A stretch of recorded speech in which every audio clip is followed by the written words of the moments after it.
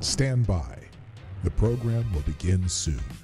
There's an example yesterday I saw of this woman who's been here. I mean, we might even play this clip. She's been here 20 years. She has 3 kids who were born here. Her kids are because of birthright citizenship, which is another subject that's coming up. And she never bothered to even try to resolve her immigration status. Not in 20 years. She has never tried to resolve her immigration status. Not through Republican presidents, not through Democratic presidents, nothing. And so now, she's worried about being deported because they put out the sob story of this woman. Well, that's not the average person they're even looking at right now. The average person they're looking at crossed in the last 3 years are...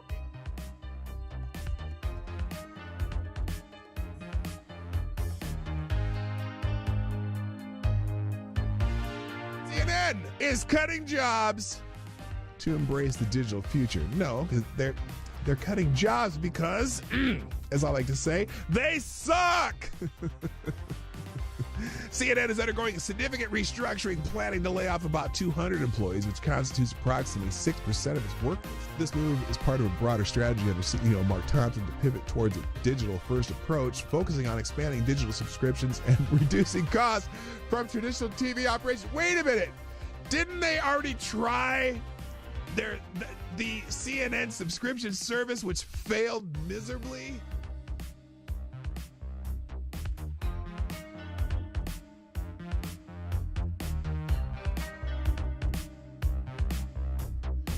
Which, if you truly have compassion for trans kids, you would allow them to all go through puberty, because 90% of kids who think they're trans change their mind once they go through puberty. That puberty is the fix for most of the problems. But you guys want the medicalization of kids and sterilization of kids and medical and surgical altering of kids who can't make that decision at 12 years old or 13 years old. Diablo asks, why is it when I try to show empathy and concern, people always misconstrue it?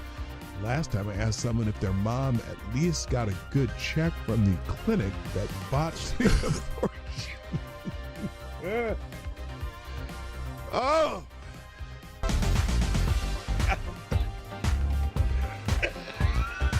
Oh, God.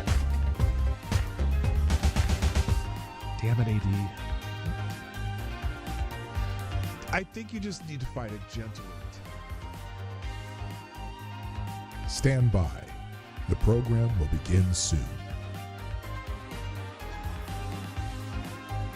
I would be willing to bet everything I own that submitting a 22-minute video montage that shows the most egregious acts of violence you can find from that day, when the defendant in question is on that video for only 6 seconds and the scene walking calmly, is highly prejudicial and a violation of the defendant's due process rights. The person was found guilty and sentenced to 19 months in prison. Now, it took 2 hours to read through all of the documents that were in the case file. Every motion submitted by the defendant was denied. Every motion by the defendant was denied. How often does that happen? And every motion submitted by the government was granted. They turned a trespass misdemeanor that would have resulted in a $50 ticket into 5 misdemeanors and a felony charge by charging the defendant with a statute that would have required the Secret Service to rope off the section he was in, which they did not. They also charged him with a statute that would have required them to prove Mike Pence was in the building at the time he walked through that corridor. He was not. And they used an Enron statute that the Supreme Court struck down.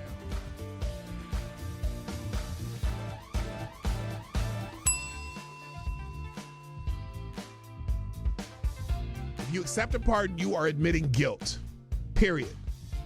That's the, because you can't be pardoned if you're not guilty. Whether he can preemptive whether he can issue President's reportedly asking his staff whether he can issue preemptive pardons for himself, his family members, Rudy Giuliani. There's a simple answer: no. No. Oh, that you would can't? Be a gross abuse. Oh, of the presidential it's a pardon authority. gross abuse of President- presidential pardon authority. Well, there you go. You accepted a pardon, Adam Kinzinger. You think you may have committed a crime. Oh, here, Jamie Raskin. Dirty Q-tip. Dirty Q-tip, Jamie Raskin. What else? What did he have to say? Well, the seeking of pardons Yes, is it's a only on powerful one side. demonstration of the consciousness of guilt, or at least the consciousness that you may be in trouble. Jamie And that's Raskin. what's so shocking Did he about get a this. pardon also? Wasn't he on Well, that committee? The seeking of pardons is He was on that committee. I'm curious if you're going to condemn that part. Are you going to condemn that pardon? Joe Biden pardoned a lot of people. Yeah, he should answer for that and explain. Lots of murderers, lots of drug dealers, lots of people who killed people. Commuted the sentence of a couple murderers. One who, in fact, one drug dealer who people died from taking the drugs that they sold them. Stand by. The program will begin soon.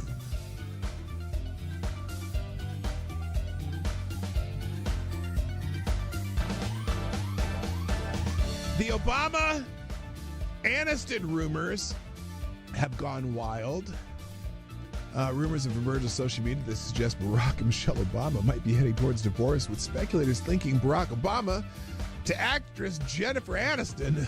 Those rumors have gained traction following Michelle Obama's absence from Jimmy Carter's funeral and the inauguration, and are based on tabloid stories and social media speculation without solid confirmation from the individuals involved. So far, they're still rumors, and I don't know why people are perpetuating them, but it is kind of fun to perpetuate rumors like that.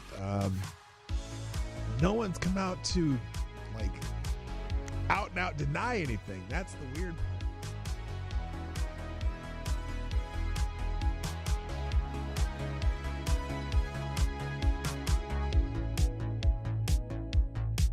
We should just take a deep breath and acknowledge the audacity. The audacity! Of a president who's so clearly concerned about his own criminal culpability. Oh my God, his own criminal culpability and his son's business dealings. I know that they're talking about Joe Biden, aren't they? And that of his family members.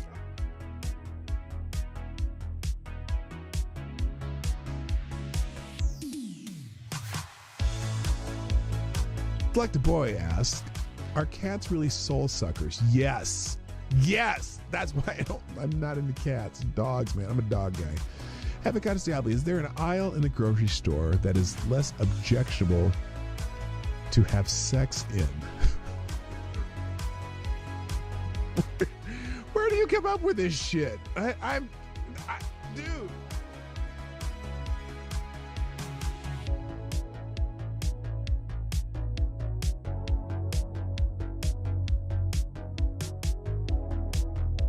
Has done something no person in the world has ever done before.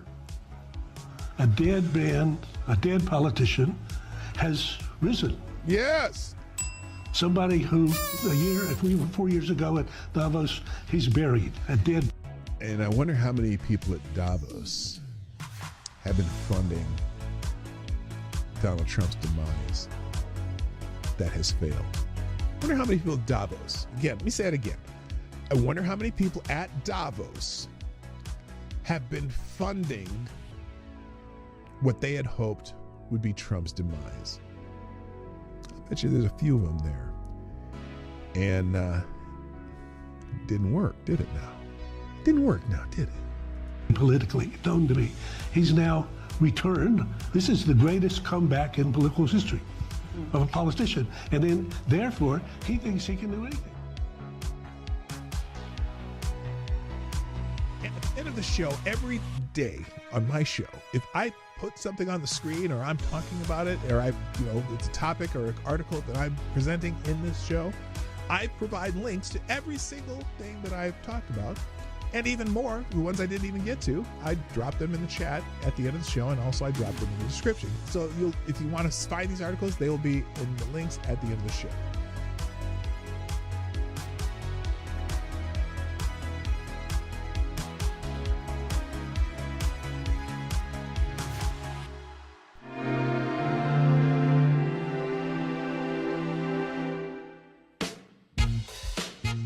Ladies and gentlemen, coming to you live from the Lucky Dog studio in a hidden location somewhere in the upper Midwest of the United States of America, it's a brother making his own way but with all the wrong opinions. Welcome to the Morning Night Live with your host, the one and only P-Dog Night.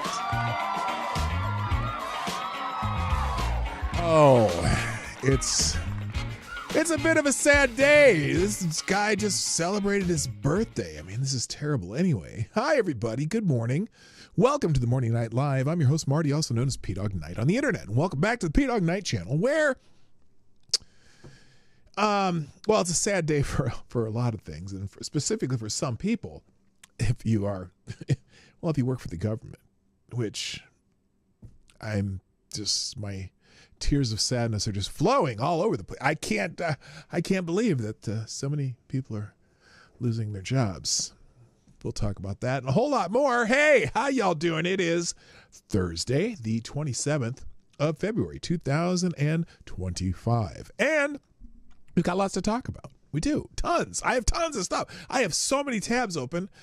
I don't know how I'm going to get to them all because usually I don't anyway. And plus, Gunfox, by the way, already dropping Hamilton's in the tip jar. Gunfox 61, you are the new Streamlabs Superstar sponsor of the day.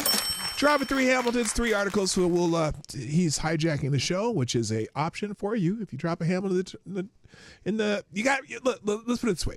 If you got something that you absolutely want me to talk about, drop a Hamilton and the article, and you will hijack the show. Easy for me to say, right? So since I got so much to do, let's just get it started. First in the chat today, of course, and the getter of the bell would be Mr. Avocados Diabli. Congratulations. Always on point on getting into the chat, and I appreciate that. Also, good morning, Kara Soldier, Gunfox 61, the amazing administrator of the P-Dog Night Discord server, Resolute Germ, Patio Furniture's back. Nice to see you again. Looks like Renee Mayette. Hi there, my favorite Canadian. Jaeger Pony's in the house. Also, Johnny Boomer Tech, of course, because he's manning the board over there. If you believe that, or if you're new here, you may get the joke. Or if you're not new here, or if you're new here, you may not get the joke. Whatever I was trying to say there. Wait, why is this doing this again? Hold on a second. This is annoying. Hold on a second. I don't know why it does this. For some reason, the settings keep changing on me. Well, first we're gonna do this. Let's see if we can figure this out. No, don't deactivate. Activate. I disappeared, and that's not what I wanted to do. What is going on with my? Is this thing resetting every day now? It's really annoying. Let's see if this works. There we go. That's better. Good enough. That'll work. All right, there we go. And also, I'm gonna just move this over so I can. Well, you don't need to see me anymore. There we go. Perfect. All right. Hi again. Okay, who else is here? Tyler F. Good morning. How you doing? K Shaw, what up, Kirsten? And also, I said Jaeger Pony already. I said K Shaw. I just said that. Lord Stanhope's in the house. Welcome. Good morning also to Tyre, Alexander, The Scourge. I had to cut it off a little bit because I'm trying to go through this faster. I see Anna Lynn's here. Green Badger Outdoors. Ravon Harris always messes me up with that Novar Syrah. And I think that's everybody. I hope I didn't miss you. If I did, just keep talking. I'll say hi eventually. And so there you go. Let's see. Let's get into the news. Now, many have already. Oh, by the way, there's 24 people here and 6 likes. Come on. Come on, people. Also, if you haven't shared the show, click that link at the top of the chat over there or down there, wherever your chat is. Because and share the show. A lot of people have already done that. Let me show you a few. Of course, Somnambule Nation doing the work right there. Join P-Dog with Morning Night Live, and I am. Oh, I got to retweet that too. Did I repost it? I'm trying to. There we go. I'm reposting all these. And Somnambule Nation. Yes, we're saying farewell to Gene Hackman. Use the same one I did, in fact. We'll talk about Gene Hackman in a moment. And the Resolute Germ with the Is it Rashiki? Is that the dude's name? And whoever he's dancing there with, the wrestling reference. Thank you very much. Also, thank you, Amazing Disgrace, coming from the fire. One of my favorite images. Also, thanks to people who just retweeted the show, including Mansquatch, Somnable Nation, K. Shull, Resolute Germ, Amazing Disgrace, and Tyler F. I appreciate all of you. Here's another one from Green Badger Outdoors. Engage. Make it so. Thank you very much. And then also, and Tyler F. With the requisite, easy for me to say, Ric Flair. Woo! There you go. All right. So thanks to everyone who's sharing the show. Greatly appreciate it. More than you know. All right. Let's get into this really quick because we've got a lot to talk about. Gene Hackman has passed. Now, was it just 3 days ago? Was it on Monday? It was Gene Hackman's 95th birthday. And one of the great character actors in history of film. His body of work is amazing. In fact, we were pulling up some of the titles that, and this is just a portion of the titles. He was in the French Connection, Hoosiers. He was Coach Norman Dale, Crimson Tide, Mississippi Burning, The Firm. He was Lex Luthor in Superman, Unforgiven, Birdcage, Replacements, Young Frankenstein, Quick and the Dead, The Poseidon Adventure, Get Shorty. I mean, he was in a ton of movies and just one of the great actors. And it's funny because we just enjoyed his films. So anyway, he and his wife and his dog were found dead, in their home. And it's just weird. And his wife was a virtuoso concert pianist, Betty Arakawa.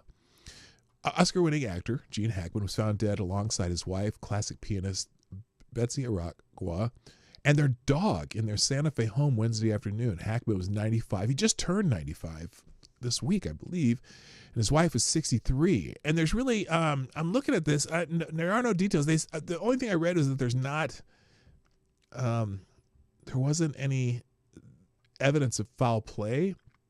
It's just weird, man. Bridge too far. Yeah, he did play a great bad guy. He played a good guy too. He was a good actor, and just a Royal. The Royal Tenenbaums, Unforgiven. I forgot about Unforgiven. Yeah, using that too. But yeah, police reports say that there's no suggestion of foul play, which makes you think: is it did they have a carbon monoxide leak? Did they have a gas leak? What happened that they're all three of them and their dog passed away? Someone said they killed our guy Gene Hackman to distract us from the Epstein files release. Typical. Hotep Jesus, always on point. Good morning, Mrs. Hayes. Amazing Disgrace is in the house. And GDSOB, good morning. And on the honorable mention list of great Canadians, Special K acids here. So there you go. Poisoning of some kind, strange regardless. I don't know. Behind enemy lines. Yeah, people are adding more titles. He was a Marine to boot from 1946 to 1951. So there you go. Mrs. Wild Wolf, how you doing? Number one is in the house. Speaking of now I just realized when I did this adjustment, I'm looking a little looking more like Donald Trump, a little orange there, aren't I? Gosh, what is going on with this? Good Lord. Let me try and fix it again. Hang on. I don't like looking orange. I'm just saying. Don't want to be looking no damn orange. Oh, I shut myself off again. How'd that happen? Okay, here we go. Let me see if I can fix this. Hang on. This is weird. It's very annoying. Okay, there we go. That's a little better. All right. I'm feeling good now.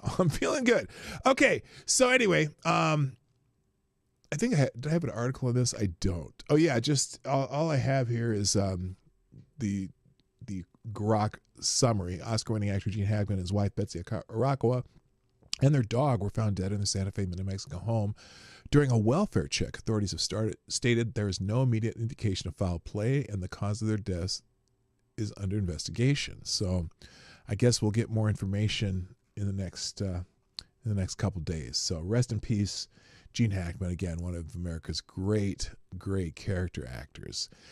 Today's special day, it is National Pokemon Day. If any of you are into Pokemon, it's National Pokemon Day. I remember when Pokemon kind of came out. I mean, not, we're talking like in the 90s, right? Because my kids were young and my son collected some Pokemon cards and everyone was trying to get a Charizard, or how do you say it? What's that one that was the great Pokemon card that everyone wanted because everyone would, people were trading and selling them, whatever. But fun fact, collectibles like Pokemon cards provide stable regulatory environment for investors. Some Pokemon cards have sold for over $400,000. Holy shit. Anyway, so there you go. Happy National Pokemon Day. Now, a better Pokemon are just gay or Digimon. Yeah, sure. Charizard. Yeah, that's the one. Charizard. I remember there was one Charizard card that if you got that card, you could sell it for like, $2,000 back in the day. An unopened pack of those can fetch $12,000. Amazing. Very popular game all over the world. Although, did you know that when they came out with that digital Pokemon game, the one with your phones, that they were using you to map out the world? There's some scandal about that. That was kind of funny. All right. Also, it's it is World. Okay. If you have a cat, cover your cat's ears, especially if it's a female. Well, either one. It's World Spay Day. As in, get your cats spayed or neutered. World Spay Day takes place the 4th Tuesday of February. You can help by donating to the Ottawa Humane Society. I guess it's not just your cats. If you have pets. Today is World Spay Day. Lucy Pet Foundation will be spaying and neutering 30 animals from LA County Animal Services for free. Comes by to the DCH Thousands Oaks Subaru for dog adoptions today. Okay, so anyway, yeah. I mean, look, it is important to get your pets spayed and neutered. I mean, we don't want too many. You don't want to have a litter running around your house and having to figure out how to get rid of them. You don't want to put them in a burlap bag and. Never mind. I'm not going to say it. I'm not going to say it. That's terrible. All right. Another news. Jamit Singh, leader of Canada's New Democratic Party, has publicly called for former U.S. Okay. Now, I don't know why Grok is still doing this. A lot of times in these summaries, they mention Donald Trump. They say former U.S. President Donald Trump. No, president. Your president, Donald Trump. Hello, Lord Stanhope. Hello. Who else stood up? Current president, Donald Trump, to be barred from entering Canada due to his status as a convicted criminal. This statement was made in anticipation of the G7 summit in Alberta, where Singh argues that allowing Trump to attend would be contrary to Canadian democratic values and legal standards, which typically prohibit entry to individuals with criminal convictions. Well, isn't that nice? Isn't that special? And here he is. Here he is making that statement. Of course, Brian. Here, let's do it in Brian Krassenstein's voice. Breaking. Canadian leader Jamit Singh says Trump should be banned from Canada because he's a convicted criminal. Who agrees? GFY, Brian. In fact, here it is. It happens to be FTG Thursday. FTG, Brian Krassenstein. There. Fuck that guy. Here's Jamit Singh making his statement, I guess, over in Canada. This will be interesting if they actually try to do this, but here you go. Why would we invite someone who has threatened our economic well-being? Oh. Why would we invite someone who threatens our allies? And who is he threatened? The world's stability. Why would we allow a convicted criminal into our country? Yes. Why would we invite someone who has such disdain for multilateral organizations. Instead, what we should do is use the G7 summit as an opportunity to work with our allies. Look, because without the United States, it would be a G6. I don't know, because his conviction is complete bullshit and it'll be lost on appeal. I don't know. But it's interesting. Trump should not be welcome here. Jagmeet Singh calls for the U.S. president to be banned from entering Canada for the G7 summit. It's always a good idea. It's always a great idea to to piss off Donald Trump. It just never works out well. So good luck, Canada. We'll see what happens. Any Canadians Canadians, I got a question. My Canadians in the audience, see the Special Can Acid and Jaeger Pony and he's not here. What do you think? I see Jaeger Pony says, let's antagonize our biggest trading partner by banning their leader. Well, the Democrats would probably laugh. And FTG Brian Krasenstein. In fact, FTG Jagmeet Singh. I'm just saying. You could try, but I don't think that's a good idea for anybody. So anyway, all right, moving on. What else is going on here? And on that note, Trump implements tariffs on Canada, Mexico, and China. President Donald Trump has announced that previously proposed tariffs on Canada and Mexico will go into effect on March 4th as scheduled. He has also indicated that China will face an additional 10% tariff on the same date. This decision comes amid concerns over drug trafficking, specifically highlighting the influx of fentanyl from these countries. So, yeah, Jagmeet. Here's his post on Truth Social that people are highlighting. Drugs are still pouring into our country from Mexico and Canada at very high and unacceptable levels. A large percentage of these drugs, much of them in the form of fentanyl, are made in and supplied by China. More than 100,000 people died last year due to the distribution of these dangerous and highly addictive poisons. Millions of people have died over the last 2 decades. The families of the victims are devastated and, in many instances, virtually destroyed. We cannot allow this scourge to continue to harm the USA, and therefore, until it stops or is seriously limited, the proposed tariff scheduled to go into effect on March 4th, in capital letters, will indeed go into effect as scheduled. China will likewise be charged an additional 10% tariff on that date. The April 2nd reciprocal tariff date will remain in full force and in effect. Thank you for your attention to this matter. God bless America. He finishes with that. Hello, Darren Root. So there you go. If they let him in the country or not, well, that yeah, let's just antagonize him more. I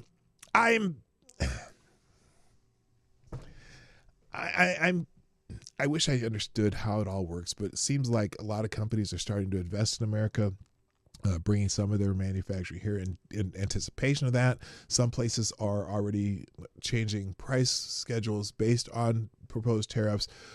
We just got to wait and see what happens. But I got a feeling that a lot more manufacturing is going to end up in the United States because of this. We'll see what the net gain or harm will be as we move along. Tariffs, someone says that, tariffs are a tax and that's going to cause everything to go up. Will it, or will it cause more manufacturing to happen here? Will it create jobs here? Who knows? We'll just have to wait and see. But that's what he's decided. We'll see if it actually goes into effect on March 4th or if something happens at the G7 summit. So we'll see what's going on. Moving on. Speaking of Canada, also, apparently all the carbon taxes you all been paying up there that, that Trudeau and company are really excited about. Well, apparently, where is it? Oh, I didn't find it. The greatest scam in history. By this one image. Carbon dioxide ensures the survival of all plants. Okay, that's where is it? Oh, well, here's one headline that does more for the environment than 100,000 years of Canadians paying a carbon tax. India coal-fired generation hit a record high in 2024. So for all y'all are doing for that carbon tax thing, despite an aggressive rollout of renewables, India generated a record amount of electricity from coal last year, illustrating the difficulty of reducing reliance on fossil fuels in countries experiencing rapid growth in power demand. Net generation from coal and lignite increased by 5% to a record 1.357 billion something. I don't know what the end of that sentence is. So, we're so worried about, carbon production in the rest of the country or in our countries. But, India and China are burning coal like is no tomorrow. And someone said, and I guess people are talking about different things. Some people say they're becoming experts on carbon dioxide because of the Gene Hackman incident here. And now I've lost the link because they obviously updated this link and I can't find the actual article I wanted to do based on this. But here's someone. This farmer gives a reporter a lesson on the importance of cows within the natural carbon cycle. Instead of following the science of net zero, follow the science of regenerative farmers. Look, carbon is, did I say carbon dioxide? I meant carbon monoxide. Carbon is what makes the green shit grow. And that's why there's been a, reforestation, there's been a greening of the world with the increased carbon because, that's what plants eat. So just plant some trees if you think it's too much. Let's see. Yeah, I can't find it. This is an act of war against humanity. Harrison Smith nails it. They're shutting down the food supply worldwide. They're saying to reach our carbon goals, we're going to destroy the ability to produce beef, chicken, eggs, and fish. Well, let's see what this guy has to say. Let's hear it. I have a bunch of videos today too, by the way, so we might get to some of them. The average person, no idea this is going on. No idea. They're shutting down the food supply worldwide. They are culling the livestock. They are buying up and shutting down the farmlands. They're cutting off farms from water like they're doing in Idaho, 500,000 acres of prime farmland. In Oregon, they're stopping you from growing your own food in your backyard and imposing... Yeah, they're not even letting you grow your own food in Oregon. In some places. It's crazy. Severe restrictions to your water usage there. They are saying to reach our carbon goals, we're going to destroy the ability to produce beef, chicken, eggs, and fish. Call it whatever you want. Say it's for climate change. Say it's for health. But the outcome's always the same. You're just trying to shut the food system down. Why these people hate this, why this is a threat to them, can only be explained by literally being at war with God's creation. This is an act of war against humanity. So there you go. That's from Mad Max World TV. So there you go. So that's, I guess, what's trending. Moving on. This is... I saw this and I had to single it out as an article because this is amazing. So this is a post by ABC News. And I want you to look at the image carefully here. So here's what it says. Woman in Colorado has been arrested after police caught her with explosives at a Tesla dealership, authorities said. Now, if you look at this picture, I had to do a quintuple take because I'm looking at this picture and I'm trying to find out how the hell, what? Say what? Now, I purposely, when I saw this, I immediately clicked on it so I'd pop up like this so I couldn't see comments behind it. But let's read the article, and then we're going to scroll down and see the comments. Okay? Let's just do that. Woman caught trying to plant explosive devices at a Tesla dealership. Again, is ABC just trolling us? A woman in Colorado has been arrested after police caught her with explosives at a Tesla dealership. The 40-year-old suspect, Lucy Grace Nelson, was arrested Monday after the Loveland Police Department. Oh my God, that's where my son's moving. He's closing on his house today, by the way. Launched an extensive extensive investigation, end quote. Now, why'd they put that in quotes? On January 29th, following a series of vandalizations with incendiary devices at the Tesla dealership in Loveland, Colorado, according to a statement from the police released Wednesday. Quote, On Monday evening, Nelson returned to Loveland Tesla while in possession of additional incendiary devices along with materials attributed to vandalism, the Loveland Police Department says. Detectives apprehended Nelson prior to further damage occurring. So this woman had already been there doing vandalism to the Tesla dealership. Nelson was immediately arrested and booked into the Larimer County Jail after being charged with explosive incendiary devices used in a felony, criminal mischief, and criminal attempt to commit a Class 3 felony, authorities said. She was issued with a $100,000 cash surety bond following the charges. The Loveland Police Department continues to work closely with the Bureau of blah, blah, blah, blah, blah. Okay, so this is Lucy. Now, the obvious question you've been asking in the chat. Woman, question mark. Now, shall we scroll through some of the replies to this on X, the app formerly known as Twitter? I'm afraid. Benjamin Boyce says, Benjamin Boyce is a really good YouTuber with he was whatever that school up there in Washington was, that was Evergreen College, whatever. He went to Evergreen College, but he's not a freak like most of the Evergreen students. And he talks a lot about gender and sex and things like that on YouTube. Great channel. You got to check him out. He says, thanks for making yourself irrelevant and in effect supporting us independent creators by putting bullshit like this up here. JWF, Jammy wearing fool. That's a man, kids. Frog of Shame. If the Frog of Shame gets more likes than the original tweet, then your tweet really sucks. Let's see. He's got 1,100 likes here. What did ABC get? 836. So the tweet really sucks. Trump won. We aren't pretending these men are women anymore. Probably driving a Model XY chromosome.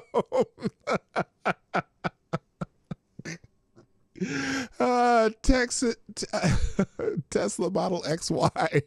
Oh my God. Found it. Nelson goes by the names Lucy Grace Nelson and Justin Thomas Nelson. Police said, just say a dude was planning a bomb. Apparently it's happening quite a bit. Yeah. So anyway, you can woman. Oh my God. Now, someone here says, radical Trantifa activist has been arrested in Loveland for allegedly carrying out a series of violence attacks on Tesla's property using incendiary devices. Someone said, why'd you admit the suspect is a trans far left extremist? He posted on Reddit grooming children, coaching them on how to lie to health professionals and family members in order to transition. So this guy's also an activist. There's this person, I'll say, just to be nice. I don't even know why I'm being nice. I don't really give a shit. That dude. All right, that's enough about that. Gavin Newsom, thank God, is starting a podcast. Oh my gosh, I can't wait. Oh, thank goodness. I've been wondering when Gavin Newsom was going to start a podcast. Fuck. California Governor Gavin Newsom has announced the launch of a new podcast aimed at engaging in direct conversations on topics like egg prices. Seriously? Topics like egg prices. How long are you going to talk about that, Gavin? Oh, they killed 100 million chickens. That's why egg prices have gone up. Fuck off. Tariffs and Dogecoin. So the hot topics that Democrats want to talk about. Did I say Democrats? I meant Democrats. With the goal of changing political discourse. The initiative has faced significant backlash from critics who argue that Newsom is neglecting critical state issues such as high crime rates, homelessness, and economic challenges in favor of media pursuits. Let's see. Let's look at what Gavin Newsom put out to support the upcoming new podcast from the governor of California. Is he in his last term yet? Can he be done? I know he's going to try to run for president because, he's this slick ass. We need to change the conversation. Do we? And that's why I'm launching a new podcast. Oh, and this is going to be anything but the ordinary politician podcast. I'm going to be talking to people directly that I disagree with. Oh, are you? As well as people I look up to. But more important than anything else, Gavin, I'm 6'4". You will always look up to me, bitch. I'll be talking directly with you. Really? Me? Real conversation. Me? What's oh my gosh, I got to get eggs? on this show. What are the impacts? Wait a minute. He's seriously talking about eggs. These motherfuckers still talking about eggs. Real conversations. What's going on with the cost of eggs? What's going on with the cost of eggs? Ask the former Biden administration why they killed 100 million chickens. What are the impacts, real impacts to you around tariffs? What power does an executive order really have? And what's really going on inside of Doge? Look, there's an So all the things that Democrats want to talk about, you don't want to talk about any shit that I want to talk about or the people of your state want to talk about. You are going, notice how all the topics are national topics, not California topics. Interesting. Thank you, Avocados Diablo, sponsors the show. Appreciate you. Oh, no, not that. There we go. Get a bell. Dropping a small bullet in the tip jar says, woman, Hella Reddy is rolling over in her grave. And yes, I realize many will not get that reference as it is a bit dated. Well, I'm pretty sure that even the young kids know the song, I Am Woman, Hear Me Roar. Something I'm too big to ignore. Well, that bitch is too big to ignore. Your jawline is too big to ignore. Anyway, Gavin Newsom. So anyway, here's the rest of Gavin Newsom. A lot of information that we take in. So let's take it to the sources without the typical political mumbo jumbo. You are in the bullshit. First few weeks, you are the political mumbo jumbo, and the topics you just raised, none of them. Well, maybe people are sure. People are concerned about Doge. Okay, people are concerned about executive orders. At least the Democrats are, because they sure didn't give a fuck when Joe Biden was slinging executive orders like Michelle Obama's cock. Oh my God, I can't believe I said that out loud. I didn't mean that. I know she's actually a woman. Okay, but the joke has been going around and the speculation, with no evidence actually. But anyway. Except for that one time she was on Ellen, there was a weird thing going on with her. Whatever. So thank you, Avocados Diablo, and thank you, Gavin Newsom, for something else to laugh about. Now, here's a reaction from Michael Schellenberger. You cut fire prevention, LA burn. You spent $24 billion on homelessness, it rose 40%. You reduced penalties for violent crime, it's 31% higher in California than it in the U.S. as a whole. And instead of taking responsibility, you're trying to become an influencer. That's pathetic. Spot on. Spot fucking on. Did I say hi, Mrs. Hayes? If I didn't, I am now. Hello. All right. Oh, and Nomad's in the house. Hammer time. All right. Moving on. Next, what else we got? Oh, let's talk about the main topic. At least I have up in the thumbnail here. USAID, because there's some developments going on, and so let's talk about that. First of all, the Supreme Court has blocked the release. Supreme Court blocks release of foreign aid funds amid USAID cuts. So here's what happened. Here's what happened was, some judge that the Amit Ahmed or whatever that dude name was said that they this is kind of confusing. A judge barred Donald Trump from freezing USAID funds going out that were planned to be sent out, right? So he was forcing the Trump administration to send all that money out, right?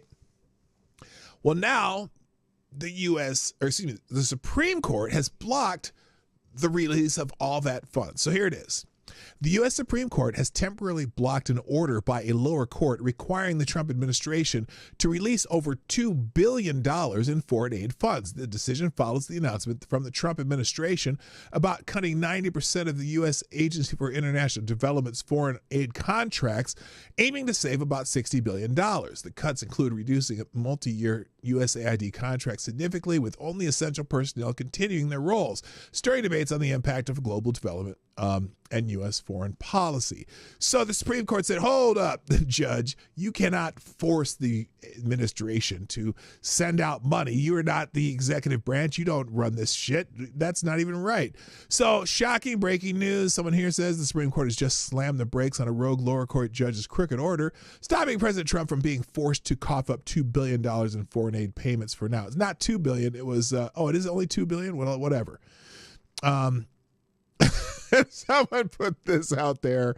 So yeah, this is the judge that said, "Oh no, you have to send that money out." And they're like, "What?" So the emergency request for relief on that from the Supreme Court was granted.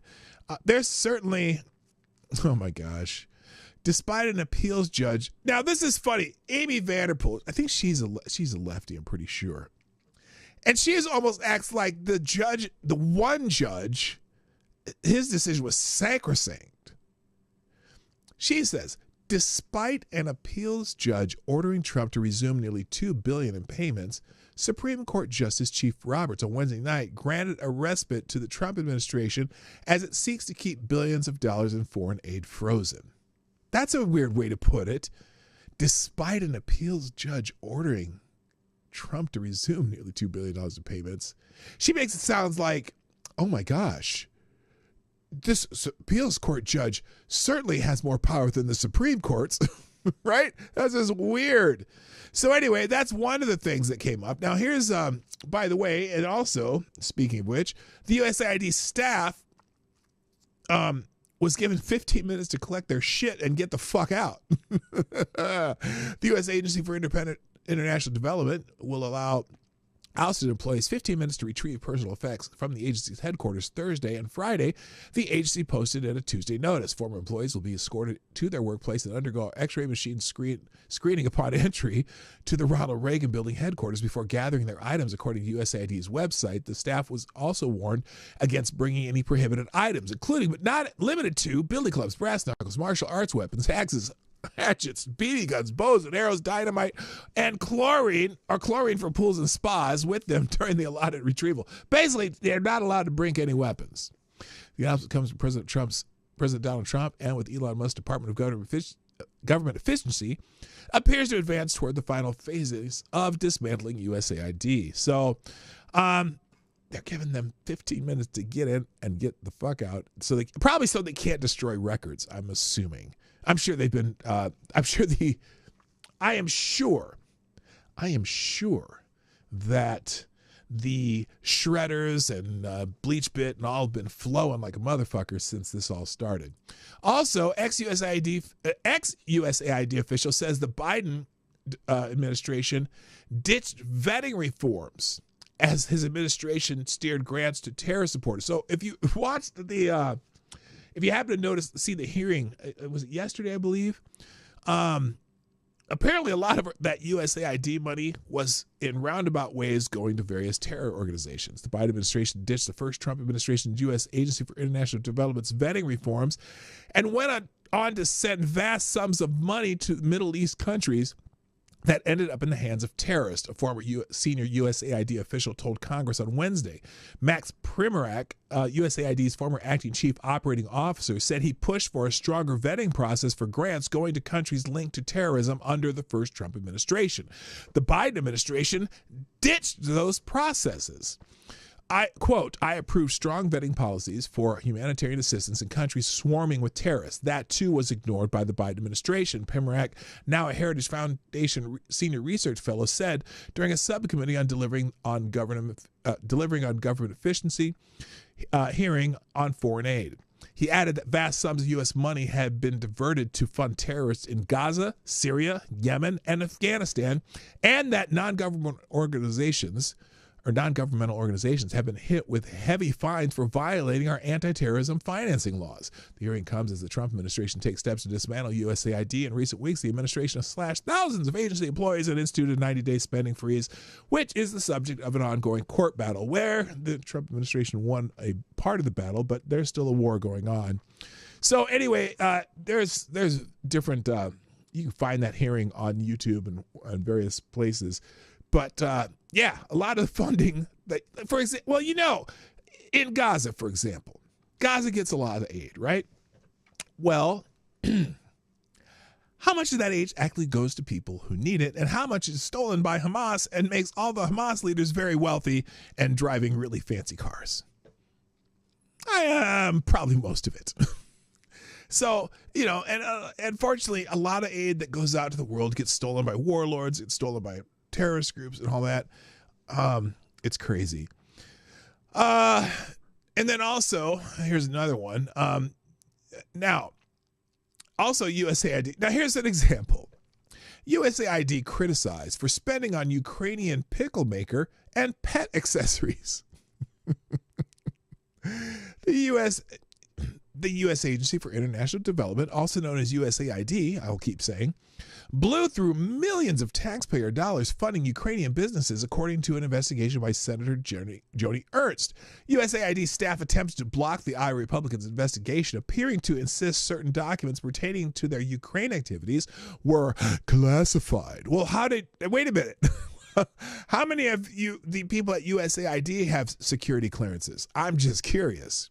However, this was not actually the case.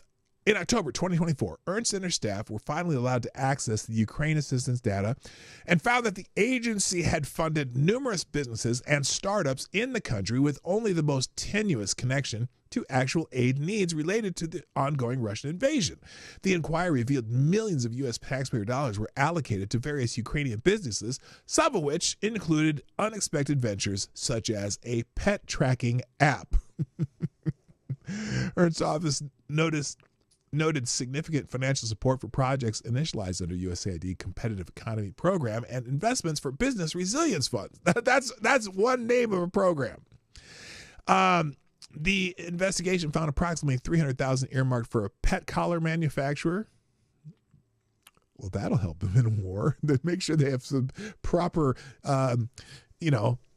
bulletproof pet collars or some shit. And $300,000 for a pet food packing enterprise. The investigation further identified that fashion-related businesses received a total of around $733,000. Various fashion enterprises benefited notably from the funding, including a women's clothing company and a bridal brand. Moreover, more significant disbursements were made to ventures such as a carpet manufacturer, which received nearly $2 million. So, yeah, when I think of USAID, now granted, it's the U.S., what do they call it? A U.S. Agency for International Development. But there's got to be a point. Wait a minute, what's that? Well, they need something to keep the women chained up. Oh, yeah, there you go. Oh, my God. Well, come on down to Ahmed's Pickle and Pet Accessories Emporium. Oh, AD. So anyway, you get the idea. All right. And then apparently Tulsi Gabbard's going to fire 100 NSA staffers who took part in Harry's. Oh, I'll come back to this one. I got to get to Gun Fox's articles. Let's do these real quick, and then we'll come back to that, because Gun Fox did drop a Hamilton's in the tip jar to hijack the show, and I am going to oblige because that's what I do on this channel. So let's do a little space news first. Thank you, Gun Fox, again for dropping these in the jar. NASA supercomputer. Now this should be nerve-wracking because we don't know what this thing is. Has revealed a strange spiral structure at the edge of our solar system. The mysterious Oort cloud is the source of many of our solar system's comets, but astronomers still have no idea what it looks like. Now, new simulations may have given them the first glimpse. Oh, well, maybe this isn't such a bad thing. Maybe this is just a natural phenomenon and not something engineered by some unknown species. The Oort cloud, the mysterious shell of icy objects at the edge of the solar system, might sport a pair of spiral arms that make it resemble a miniature galaxy. New research suggests the exact shape of the Oort cloud and how it is affected by forces beyond our solar system have so far remained mysterious. Now researchers have developed a new model that suggests the inner structure of the Oort cloud, and when I say Oort, O-O-R-T, cloud, may look like a spiral disk. They published their findings February 16th on the preprint server Arxiv, whatever that is, meaning the work has not yet been peer-reviewed. The Oort cloud began as the unused remnants of the solar system's giant planets, Jupiter, Neptune, Uranus, and Saturn. Is it Uranus or Uranus? I mean, it's spelled Uranus, but I always feel uncomfortable saying Uranus because I don't really, I don't want to have anything to do with Uranus. Anyway, after their formation 4.6 billion years ago, some of these remnants are so large that they could be considered dwarf planets.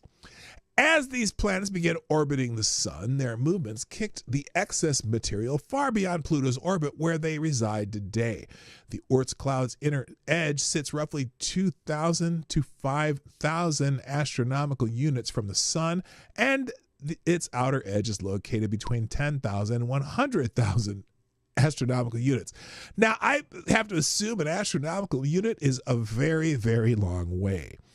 1 AU is here it is. 1 AU, 1 astronomical unit, is approximately 93 million miles or 150 million kilometers for you Canadians, roughly the average distance from the Earth to the sun. So they count the distance from our Earth to our sun, a single astronomical unit. Now take that by 2,000 to 5,000 to 10,000 to 100,000. So that shit's pretty damn far away.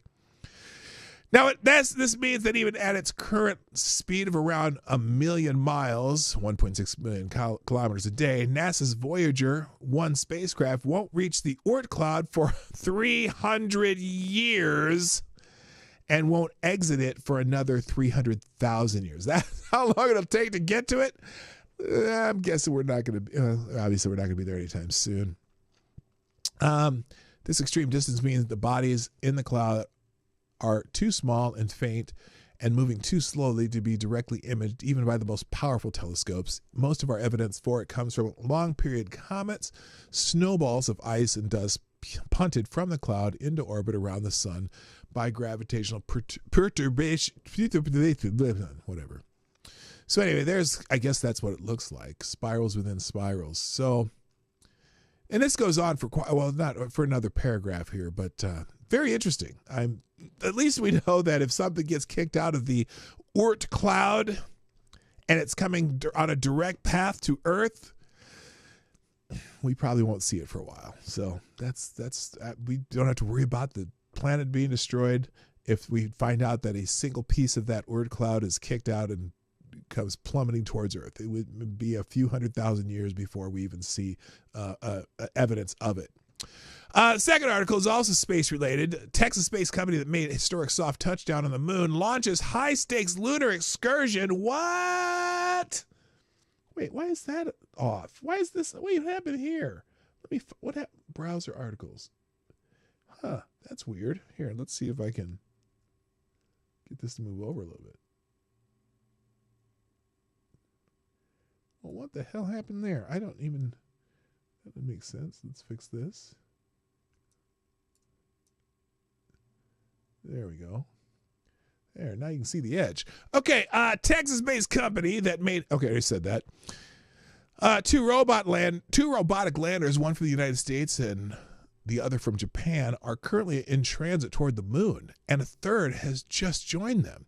The latest contender is a standout. The spacecraft called Athena was built by Houston-based Intuitive Machines, which is so far the only private sector company on Earth that has previously made a safe touchdown on the moon. Interesting.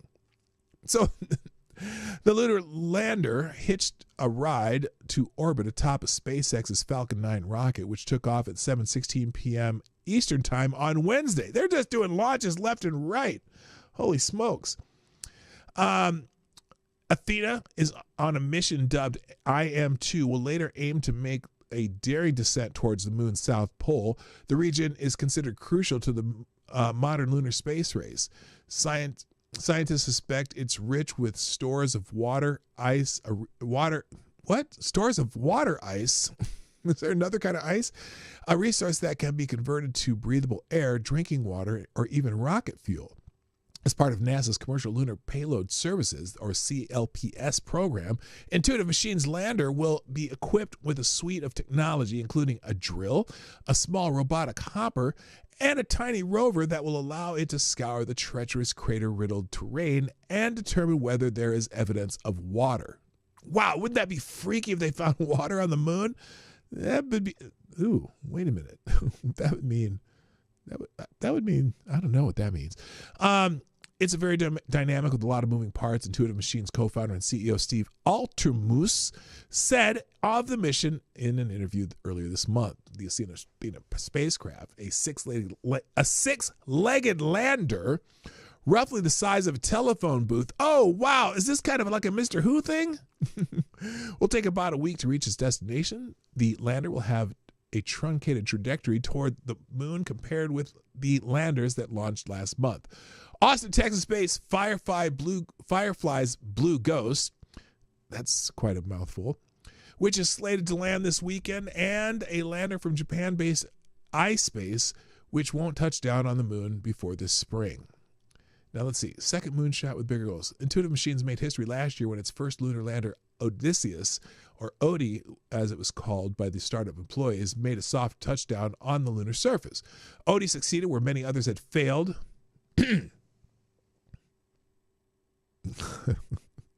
Is this the time for a moon landing conspiracy theory joke? You can make one in the chat. Let's see. Okay, Odie succeeded where many others failed. About a half of all lunar landers do not reach their intended destination or crash land. And before IM-1 mission, as Odie's journey was called, only a few nations' civil space programs had soft landed spacecraft on the moon. But the trip wasn't perfect. A mission-threatening problem arose when Intuitive Machines engineers realized they had not hardwired a rangefinder or laser designed to measure precise altitude correctly. That misstep forced the company to rely on an experimental NASA payload that happened to be on board for navigational support. Now, while Odie safely touched down near the Malapert A crater on the moon's South Pole region, the vehicle broke a leg and landed on its side, tipped over on the edge of a crater. Mission teams were able to reconfigure the spacecraft's communications method in order to retrieve the valuable data from onboard science instruments, but the vehicle did not operate as long as Intuitive Machines had expected it would.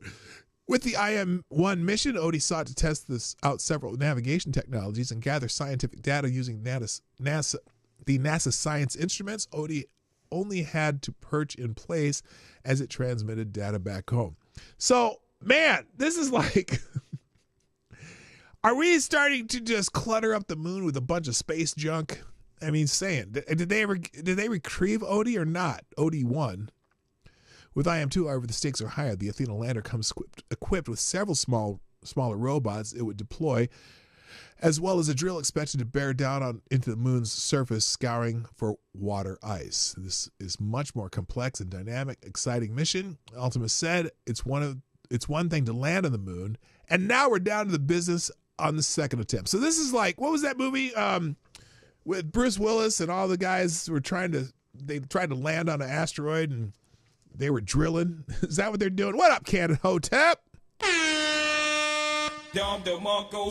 So anyway, so we got a big moon mission going on by a private company, and probably cost them a hell of a lot less than it cost NASA to do. All right, last article from Gunfox, and then we're going to move on again.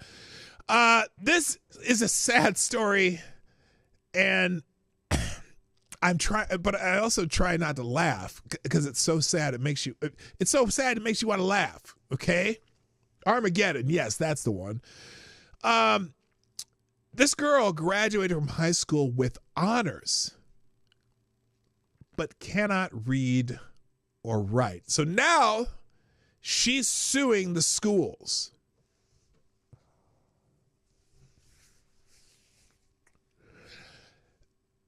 There is just that headline alone has some heavy duty elements of cognitive dissonance. Hello, Selected Boy. Yeah, boy. And I have so many questions just from the headline, so we're going to read what we can. And how is she suing? How does she know that she's actually suing them and not, ordering, Uber Eats? Because she can't read anyway. Alicia Ortiz is 19 years old and dreams of one day writing stories and maybe even a book. Oh, my God. What a terrible way to start this story. Hey, Woodcutter, I see ya. That may sound like a reasonable aspiration for a teenager recently out of high school, but for Alicia, it will be much harder. Oh, you think? Despite graduating last June from Hartford Public School in Hartford, Connecticut, and earning a scholarship to college. Oh, my God. Alicia is illiterate. She says she cannot read or write. How does she know she can't read or write? How can she even read this article about her? Many high school seniors feel proud and excited in the days before graduation, but Alicia tells This is CNN she felt scared. She graduated with honors, which usually means a student has demonstrated academic excellence.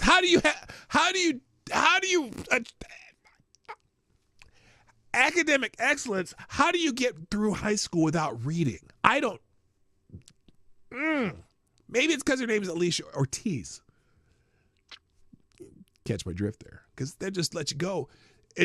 The lack of accountability on the school, on the parents, on the child, because equity. This has equity written all over it.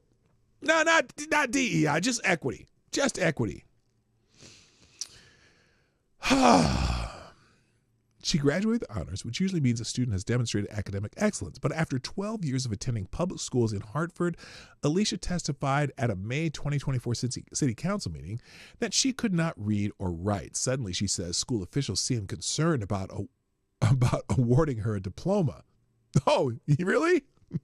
2 days before graduation, she says, school district officials told her she could defer accepting the diploma in exchange for intensive services. Alicia didn't listen. Oh, so they tried to give her a chance to actually figure out how to read? I decided the school, had 12 years, she says. Now it's my time. Bitch, you wasted all your time. I'm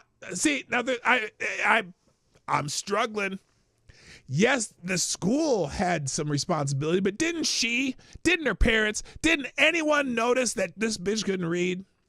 I shouldn't call her a bitch.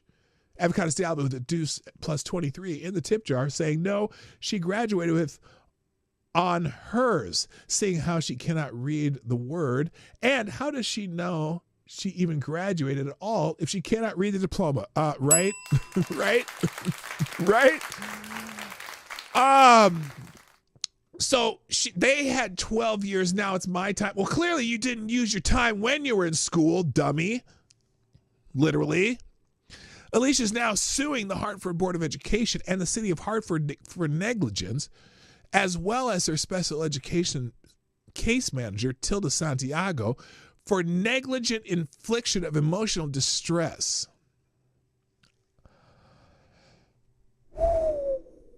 The board's chairperson, Jennifer Hockenhull, declined to comment on the lawsuit. So did Jonathan Harding, chief legal officer for the city of Hartford, who told This is CNN, I generally do not publicly remark on ongoing litigation. CNN reached out to Santiago through her attorney, but did not receive a response. So nobody's talking. Nobody's talking. Nobody's talking. In a statement to CNN, Hartford Public Schools said, while Hartford Public Schools cannot comment on pending litigation, we will remain deeply committed to meeting the full range of needs of our students, bring with them when they enter our schools, and helping them reach their full potential. Well, this girl must not have had any potential because y'all didn't give a shit. You kept passing her from grade to grade. How does this happen? But you know what? This is not unusual. We're hearing about shit like this all the time. Not the lawsuit, but we're hearing about this kind of nonsense all the time, where kids are leaving high school and they can't read at a third grade level. Why? because you just got to pass them through the system. You got to let them go through. But one educator says Alicia's story doesn't surprise him. Why? This should be the biggest anomaly ever, but this doesn't surprise you? Jesse Turner, who runs the Literacy Center at Central Connecticut State University, says the quality of special education in public schools often varies according to zip code and demographics. Oh, really? You mean they just don't give a shit? They just want equity. They just want equity. You get equity. You get a diploma because everyone else got one. A 2019 report from EdBuild, which promotes equity. I hadn't read this whole article yet because this is one Gunfox gave me. A 2019 report from EdBuild, which promotes equity in public schools, found majority non-white school districts in the U.S. get $23 billion less than districts that mostly serve white students.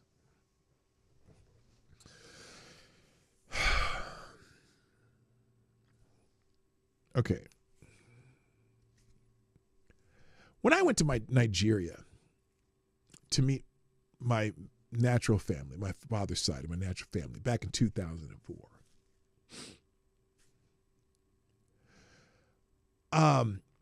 in the village where my family is from, and then village next across the way, which was where his mother's side was from, there was a school in the village. There was a school in the village that there's about 200, 250 students in the school in the village, okay? All ages. The school had dirt floors. They had desks. They had chalkboards. No computers. But they had books, older books, but the books had words in them. They had pencils, they had paper, they wrote on the paper, they read the books, they listened to the teacher who was teaching on the chalkboard, they did math on the chalkboard. And I have cousins who went to grade school in that school.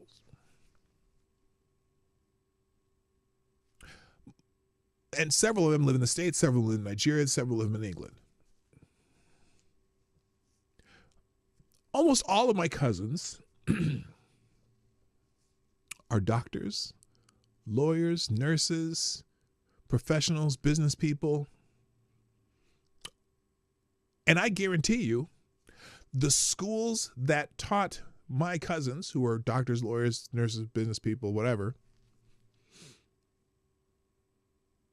did not have nearly the funds of any school in the United States.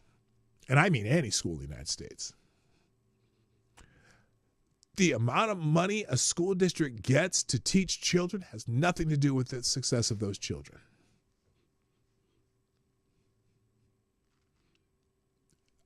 That line is insane to me. And Hartford is, I'm going to guess that most of the schools in Hartford, Connecticut,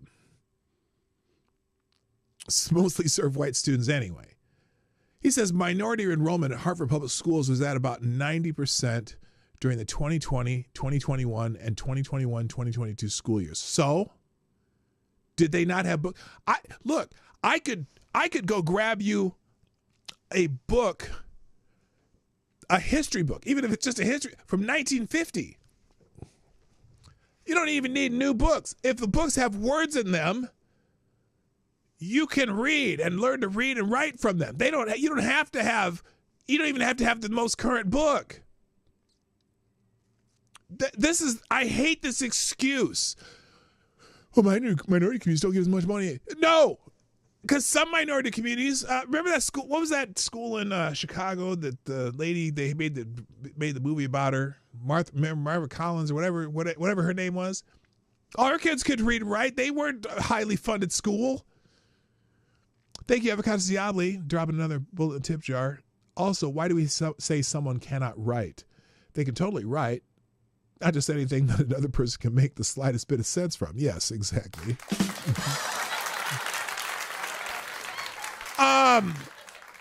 America should. Now, this person continues. This is definitely hijacking my show today. At least I got the main topic out. America should be asking a question. Do we really care about our children? All of our children.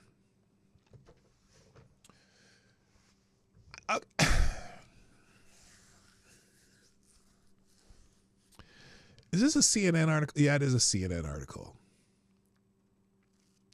It has nothing to do with whether America cares about our children.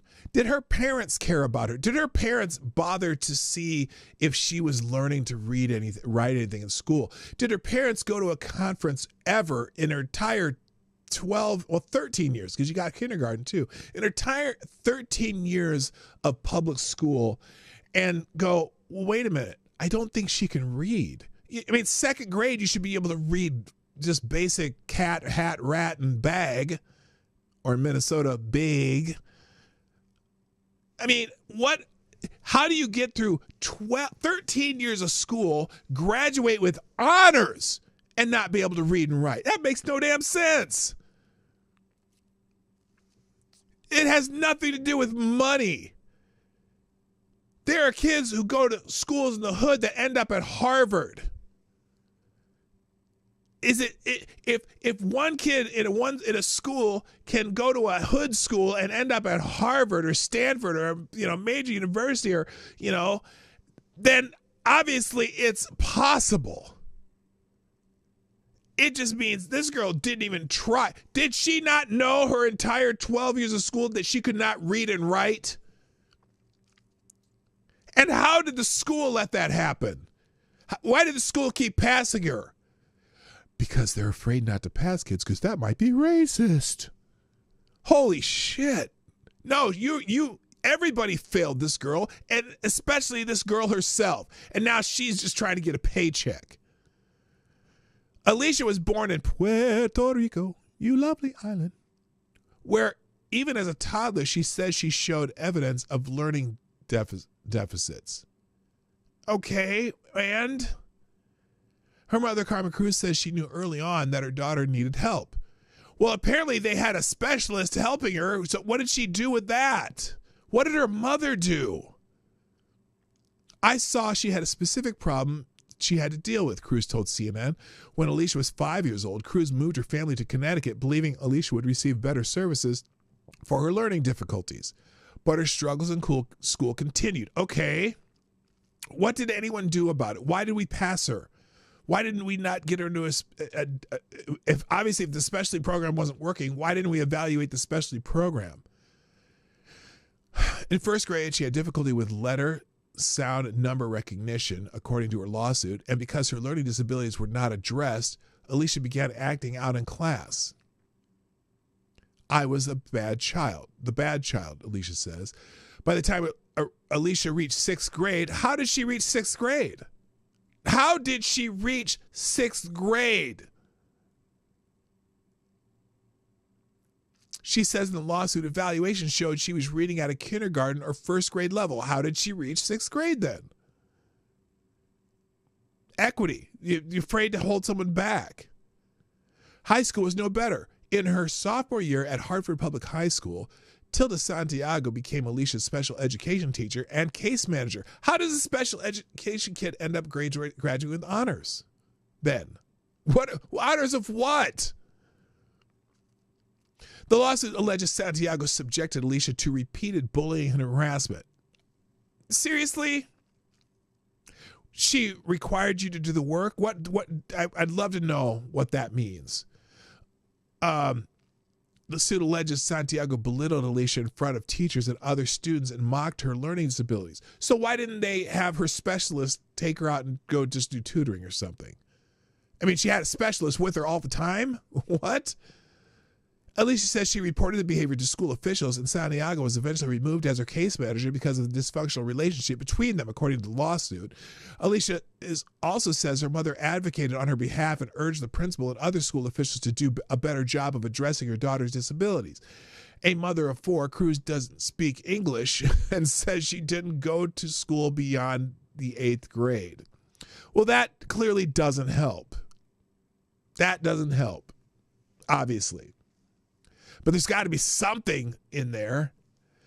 By the 11th grade, when Alicia reported she still could barely hold a pencil, she began speaking up for herself. She says she knew if she were ever going to fulfill her dreams of becoming a writer or leading a normal life, she needed to know how to read and write. Well, how do you have a dream of becoming a writer if you can't write? That's what I don't understand. How do you have dreams of becoming a writer if you don't know how to write? In her senior year, some teachers suggested Alicia get tested for dyslexia, a learning disability that makes reading difficult because of the inability to recognize sounds and how they relate to letters and words. Also, during her senior year, Alicia made a surprising announcement. She'd been accepted at the University of Connecticut and planned on attending in the fall. How did she get accepted at the University of Connecticut? How? They don't have any essay or anything they have to do? I mean, look, even if you have to be able to use, if you had to use AI to be able to write stuff, right? You have to be able to speak, text to speech. How do you proofread what you wrote? Oh my God. Just 1 month before graduation, Alicia says she finally began receiving the additional testing she had been asking for. Really? The additional testing? Clearly, the initial testing failed. The evaluations were not completed until the last day of high school, the lawsuit states. The testing revealed Alicia still required explicitly taught phonics, fluency, and reading comprehension. Phonics is typically first taught in kindergarten. Yeah, except where they do sight reading, that bullshit. Phonics is where it's at. I'm sorry. We taught our kids phonics starting when they were like 2 years old. My 3-year-old granddaughter reads basic words because she knows phonics. AD, thank you. Also, why do we say someone cannot write? Oh, I already did that one.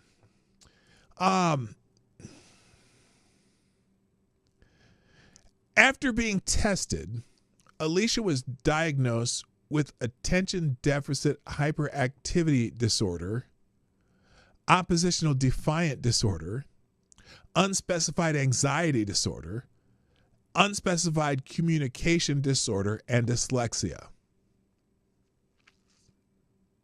Still trying to figure out how she got to 12th grade. How did she get to 6th grade, let alone 12th grade? Last fall, Alicia enrolled at the University of Connecticut as a full-time student. Oh! Taking 2 classes. Well, wait a minute. Is there anyone see the contradiction in that sentence? Let me read that again. Last fall, Alicia enrolled at the University of Connecticut as a full-time student, taking 2 classes. She wants to study public policy. What? Hooked on Phonics worked for you? We had the phonics game. That was great. Problem with Hooked on Phonics is they don't actually do the sounds of the words, but, well, there's a long story about that. I'm not going to get into it, but yeah. First of all, how can you be a full-time student and only take 2 classes? That's not a full-time student. That's a part-time student. Even if you take, well, I suppose, unless you're taking like 2 8-hour classes, I doubt that's the case here. I hate this hooker. Good time on Fox. Yeah, oh man. This is definitely a rant story. So how did Alicia become a college student who can't read and write? The same way she got through high school, she says, by relying on apps that translate text into speech and speech into text. Well, there's the problem. This is the problem with computers and phones and stuff in schools. I agree that most schools should be electronic free, at least up through maybe 10th, 12th grade or 11th, whatever. You shouldn't be able, yes, you can use computers to learn how to use computers, but not for speech, whatever. She used the technology to fill out her college application, including writing an essay. So she cheated. She should be booted from the University of Connecticut for cheating. That's just flat out cheating.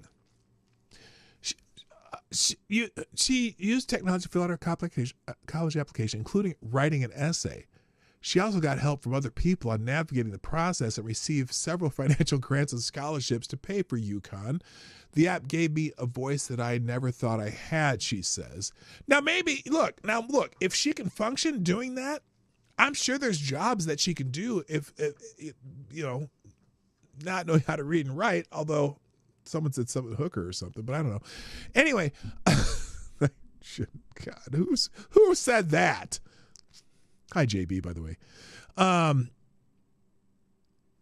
Alicia says her teachers mostly just passed her on from one grade to the next in elementary and middle school. By the time she reached high school, she'd figure out how to use the technology to fulfill her assignments. Well, again, why did they pass her from one grade to the next? Because everyone's afraid to hold people back now. You get sued for them holding your kid back if they can't read. So teachers are like befuddled and just say, fuck it, I'll just pass them. So yeah, that's a problem with public schools. Not just public schools, whatever school, any school that does this, that's a problem. Well, when most teenagers were hanging out at the mall, going to school events, or going on dates, Alicia says she was spending 4 to 5 hours a night doing homework. Well, at some point, Alicia, maybe you should have figured out how to learn how to read. You could blame it on the school somewhat, but did you do anything to try to improve it? No, you cheated your way through school. You faked your way through school, and now you're suing the school because you faked your way through school. Well, how the hell did they know you were faking your way through school? You cheated. You cheated to get through school. It should be a life lesson. So I hope you lose the lawsuit, Alicia. Alicia says she'd record all her classes on her cell phone, then later replay everything her teacher said. She used her laptop voice-to-text tool to search for a definition of each word, then turn that text into audio she could understand. Once she grasped the assignment, she'd speak the answer, turn it into text, and then cut and paste the words into her homework. How did she know what to cut and paste? How the hell did she do that? Thank you, 80. Another small bullet says, how did she even get into college? Seems like an application that is all squiggles and ink blots would raise red flags. Yeah, well, she didn't use the computer and voice to text. How did she proofread what she was doing? Did she have someone else do it for her?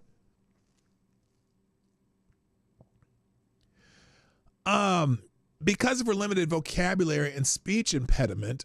Oh, now she has a speech impediment? They didn't mention that before. The translation was not always accurate or grammatically correct, she says, but using the technology helped raise her grades from C's and D's to A's and B's, she adds.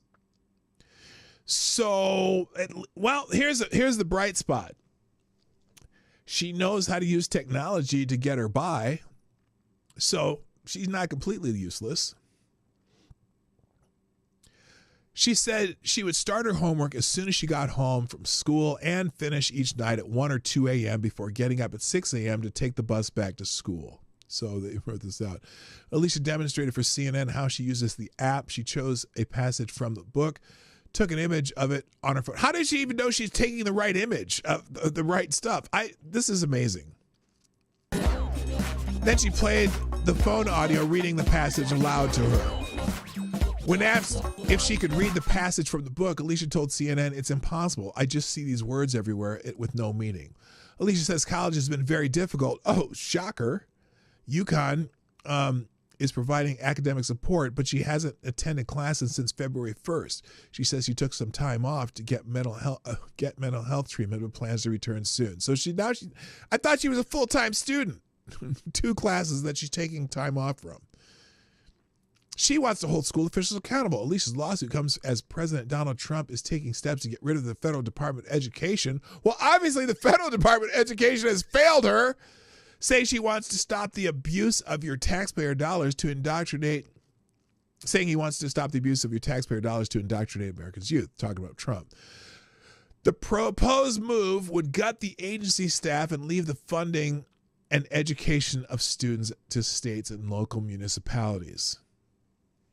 Okay, and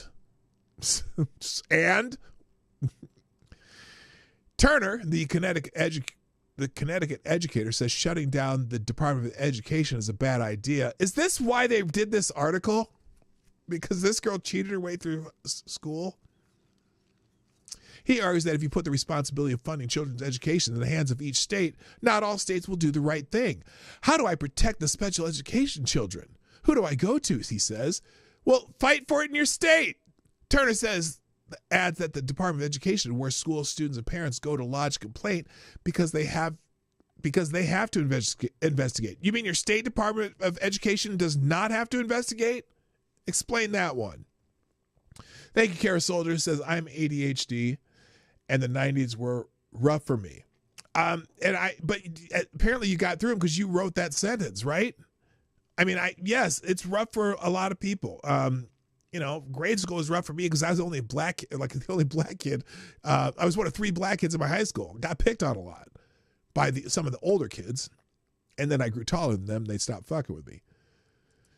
But I got you. Yeah. This is unbelievable. Alicia says she's taking legal action because school leaders don't know what they're doing and don't care. And that's why we need to have a discussion with some school leaders. She is also seeking compensatory damages. Some lawyer found her. Cruz, Alicia's mother, tells CNN she is speaking out now about her daughter so other people in my position don't have to go through the same thing. Well, how much of that is your responsibility, Mom? As she looks back at her 12 years in the Hartford public school system, Alicia says she feels sad that she wasn't taught to read and write. Oh, what? She feels sad she wasn't taught to read and write. I feel sad you didn't learn to read and write. What responsibility did you take too? Now, granted, I say the schools have as just much responsibility to recognize that this girl can't read and write and work with her parents and her and whatever to get that right. But she also says she will continue to speak out because she believes her city's schools can do better. I'm a very passionate person and I like to learn, she says. People took away that opportunity for me to learn. No.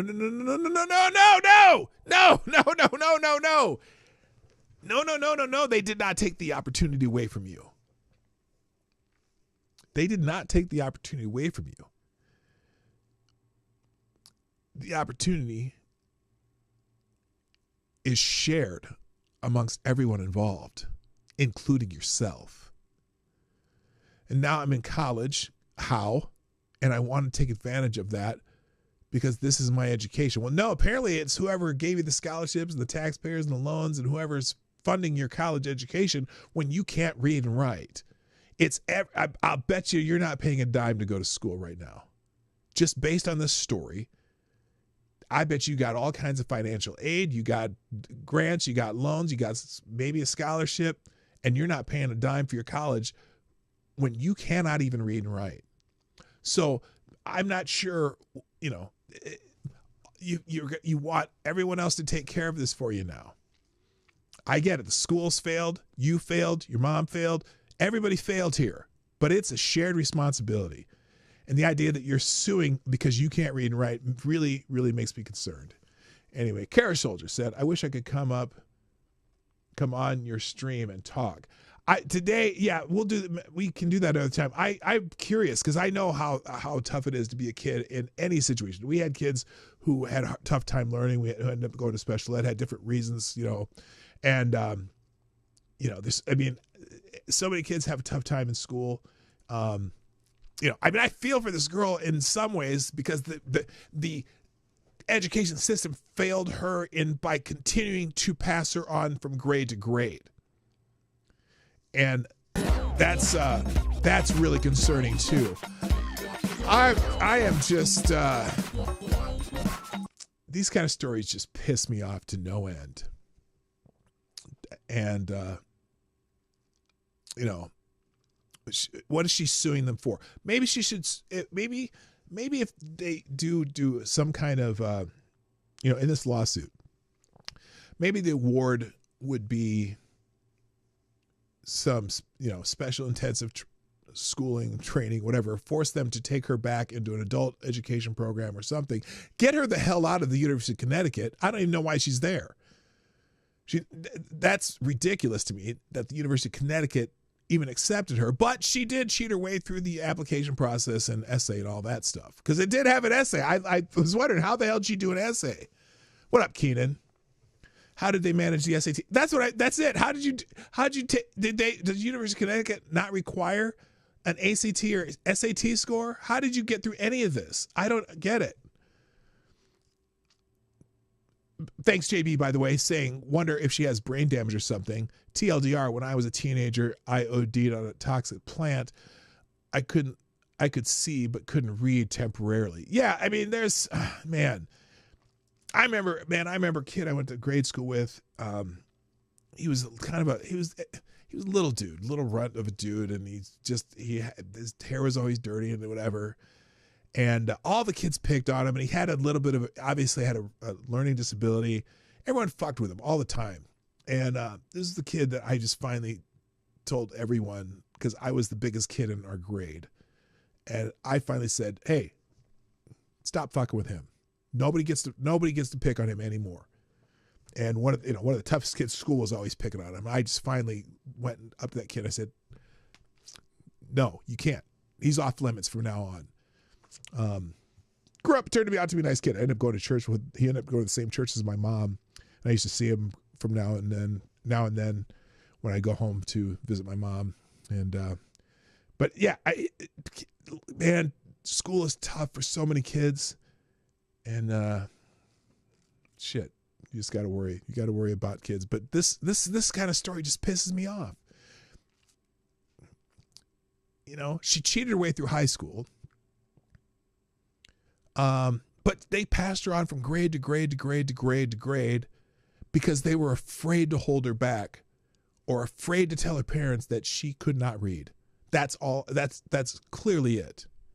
Because now they just, especially a minority kid, you're not allowed to hold a minority kid back. You ain't holding my kid back. You better not hold my kid back. What if your kid needs to be held back? What if your kid needs to be able to go through remedial reading? What if your kid needs to go to summer school and learn things that they just cannot learn in a larger setting? Well, you just waste my time. I need him to finish school so you can get out of my house. No, fuck you. You don't give a shit about your kid then.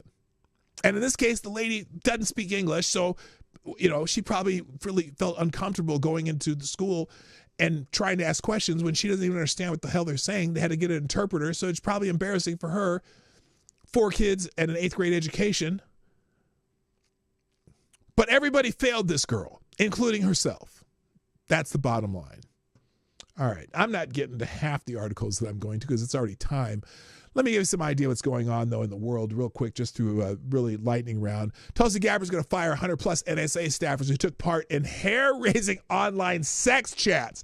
So apparently, well, here, let me do the first paragraph. What the Trump administration has uncovered in just 5 weeks about what has been going on in Washington is beyond belief. What has been happening in the National Security Agency, however, is beyond anything that has been found, at least so far, in showing leftist elitist self-absorption and contempt for the American taxpayer.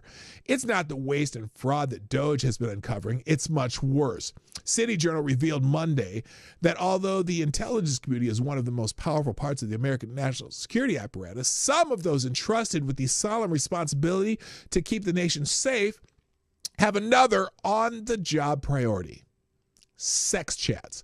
So the bunch of people, about 100 people in the NSA, had like a sex chat channel or whatever that they were all participating in. We were paying these people to protect the nation from threats, and they're spending their time on our dime talking about their various lurid obsessions, delusions, deviances, and perversions. And those words are far too polite for some of what they were doing. They had a messaging program, IntelliLink, that itself was a violation of regulations. For the NSA staffer explained that all NSA employees sign agreements stating that publishing non-mission related material on IntelliLink is a usage violation and will result in disciplinary action. Yet for at least the last 2 years, NSA employees have turned IntelliLink into SmutLink. swamping it with talk of sex, kink, polyamory, and castration. And there's no indication that anyone faced any disciplinary action for breaking the rules about how IntelliLink was supposed to use. So basically, they had a sex chat channel on IntelliLink, and Tulsi Gabbard is going to fire those motherfuckers. Good. Be gone, bitches. USAID funding for South African HIV programs have been permanently cut, which I'm sure people are howling about that. Trump ordering USAID-funded HIV organizations in South Africa to shut down. I'm going to guess that the State Department, if that is some important mission, then it will be taken up by Secretary of State Rubio and the remnants of USAID that is actually out there to help people. So this is people bitching about something that probably will be reinstated. And the Federalist, apparently, they're bitching about Doge having access to IRS data. They're going to do this and they're going to do that. Well, apparently an IRS contractor related to Soros, of course, leaked the information of 405,000 taxpayers, including President Donald Trump.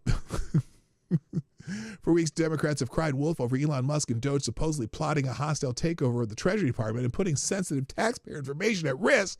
Well, this group was given access by the Biden administration, maybe not specifically the Biden administration, and they leaked 400,000 records, over 400,000 records. So y'all can kiss my ass. And then I have a bunch of videos in here. Let's see. Oh, by the way, the Epstein logs, the flight logs and stuff are supposed to be released today. Pam Bondi made an announcement. Attorney General Pam Bondi said Wednesday night that some of the federal government's file on millionaire sex offender Jeffrey Epstein could hopefully be released on Thursday. Bondi made the announcement during an appearance on Fox News, saying she believes the public will see some Epstein information on Thursday. When host Jesse Waters asked why releasing the files has taken so long, here's why. And because everyone's asking about it, because the files also have the name of more than 250 victims, and their personal information needed to be redacted before the files could be released. So, now, we're supposed to get, full information, right? But I can see a legitimate reason to redact the names of the victims. But if it turns out that this shit's 80% redacted, I think a lot of people are going to be screaming and yelling at Pam Bondi, Kash Patel, and everyone else who said they were going to release the files ASAP once they got into office. But she said yesterday, we should be seeing some of it today. I guess we'll find out soon. All right. And then I still have a bunch of videos. Oh, the Washington Post did another hit piece on Elon Musk. Elon Musk's business empire built on $38 billion in government funding. Well, they count the tax credits that people get for buying Teslas, which, I think Elon Musk could say, fuck it, you don't need them. They're also including actual tangible things that Elon Musk has been doing for the government, like 100 rocket launches, putting satellites into the sky, using Starlink to, sending Starlink over to Ukraine during the war so they could communicate. There's all the stuff that they say built on $38 billion in government funding means, you mean they're paying Elon Musk for services and products rendered. That's a little bit different than, it's built on $38 billion in government grants. It's not grants, asshole. They paid for the shit that he did and built for them. So it's a hit piece, of course. Let's see. Oh, by the way, in Maryland, Democrats are pushing a bill to put vending machine condoms in kindergartens.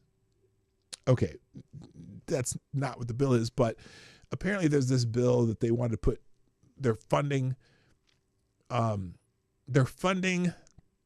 condom machines for schools, right?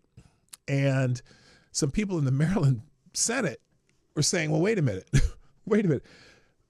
Because they wanted to put an amendment saying that, we're not going to do this in grade schools and elementary schools. And that amendment was killed. So technically, they could put condom machines in kindergartens, grade schools, whatever. There's a video here. You'll see it in the links. Okay, and there's the article about Tulsi Gabbard says she's going to fire more than 100 Intel employees who took part in obscene sex chat rooms, whatever. I'll put those articles together now. And then the rest of these are just a bunch of videos. By the way, I'm going to finish with this. You can go through the links today. There's a lot of good videos in the links too that I didn't get to. But this one I found a little bit heartwarming. The very first tour group to go through the White House since Donald Trump been president, Donald Trump decided to greet them, and I thought this was sweet. Here we go. Donald Trump greeting the first tour group coming through the White House. But I want to thank you very much for coming. The tour is so great. We did such a good job. First Lady worked very hard on making it perfect, and I think you're going to really love it. And I heard you were here, and I said, let's stop by and say hello. And it's a group of very smart-looking people, I must say. Very smart. Maybe someday you'll be here as the president, right? Somebody in this group has a chance. Have a good time. Have a great tour. And you're going to give them a special tour, okay? You're going to get a special tour. Have fun, everybody. Man, could you imagine?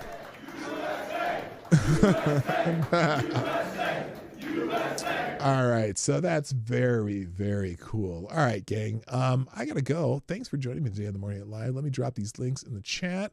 There's a lot of good videos in here, too, that you might want to see. So I suggest doing that. Plus, I'm leaving the aggregator Ace of Spades blog. It's funny. I've been finding that when I do this show, there is often, like, I go to the aggregator and like look at, scroll through all the articles that are in the Ace of Spades blog and go through some of the articles that I see. And it's interesting. A lot of the stuff I've already talked about the day before, which means you're getting the newest, freshest, hottest news. And I mean hottest news every day from none other than me, P. Dog Night. And so I want you to feel good about that every day. So on that note, here are today's links. The hottest, freshest news in the chat. I'll drop it in the description also.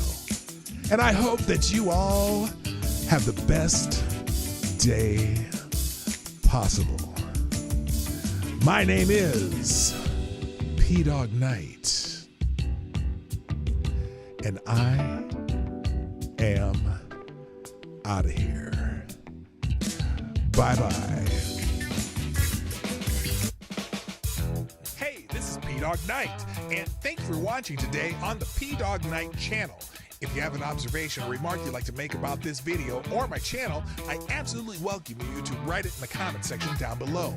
I really look forward to hearing from you. And before you go, if you like what you saw but you're not already subscribed, please make sure you hit the subscribe button and definitely click that bell that pops up afterwards so you'll be notified when I post new videos or when we go live. I broadcast my live show, The Morning Night Live, Monday through Friday at 10 o'clock Eastern, 9 o'clock Central. A special thank you to all the supporters of this channel who share our videos on social media and who make donations through Streamlabs, YouTube, Venmo, and Cash App, which are all linked in the description down below. Thanks again, and until next time, I'm P Dog Night, and I'm out of here.